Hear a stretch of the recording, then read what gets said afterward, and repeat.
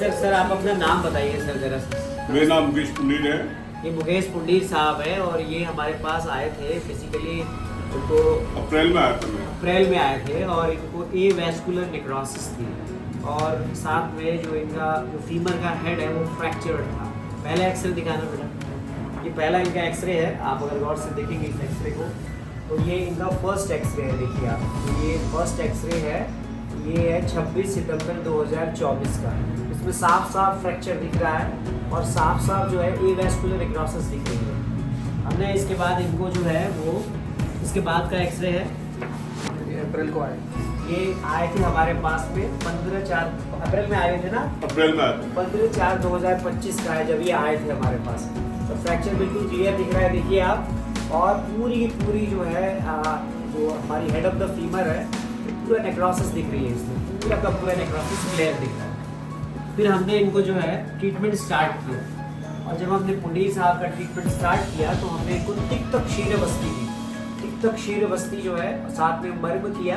अब देखिए स्टार्ट किया है हमने, तो आप इस एक्सरे को देखिए, इस 15 दिन ये 15 दिन के बाद का एक्सरे आप देख रहे होंगे। जो नेक्रोसिस है वो कम हो गई है और फ्रैक्चर हील हो रहा है, फ्रैक्चर की हील स्टार्ट हो गई। तिक्तक क्षीरवस्ती, तिक्तक क्षीरवस्ती में हमने दुग्ध है, दुग्ध को हम सिंधित करते हैं नीम कटोल पत्र वासा ढिलोर और कंटकारी, उसको हम सिर्फ प्रॉपरली उसको सिद्ध करके हम तिक्तक क्षीरवस्ती देते हैं। और हमने यहाँ गवर्नमेंट आयुर्वेदिक हॉस्पिटल में इनको ये दिया, बस्ती दिया। और अब इनका लेटेस्ट जो इनका एक्सरे है ये कल इन्होंने करवाया है, आज अर्ली इन द मॉर्निंग करवाया है। 1 घंटे और पहले 22 जुलाई का एक्सरे आप देखिए, फ्रैक्चर पूरा हील हो चुका है इनका, कोई फ्रेश फ्रैक्चर नहीं है और नेक्रोसिस में भी काफ़ी आराम हुआ है। कितने दिन ट्रीटमेंट चला सर? मई जून जुलाई 3 महीने में हमने ये वैसे 15 दिन में हमने बीच में गैप भी लिया है, इसमें गैप भी हुआ है।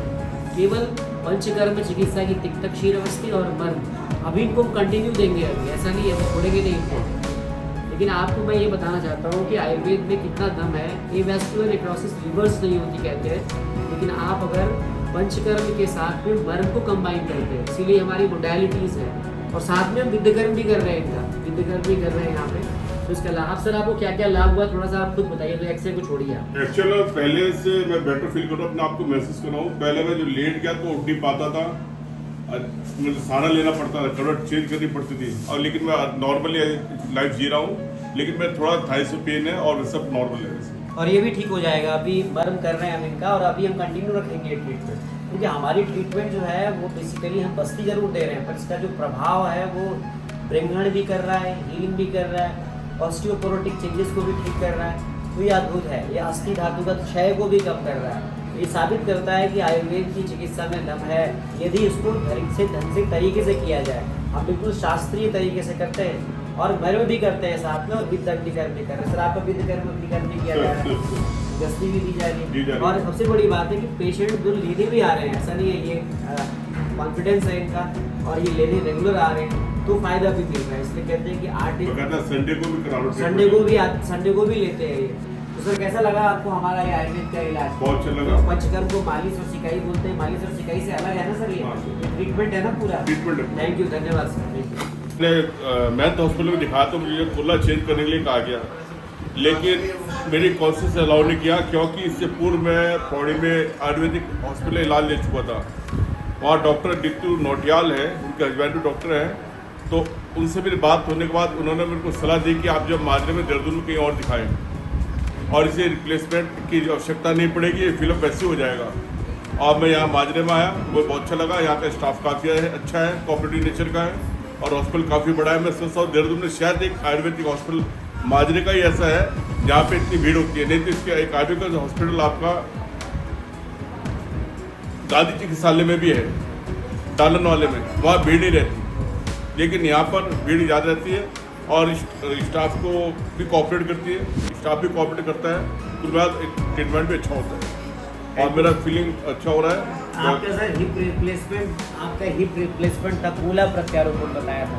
हिप रिप्लेसमेंट आपका बिल्कुल नहीं होगा सर, आपका समझ लीजिए वही कूला काम करेगा।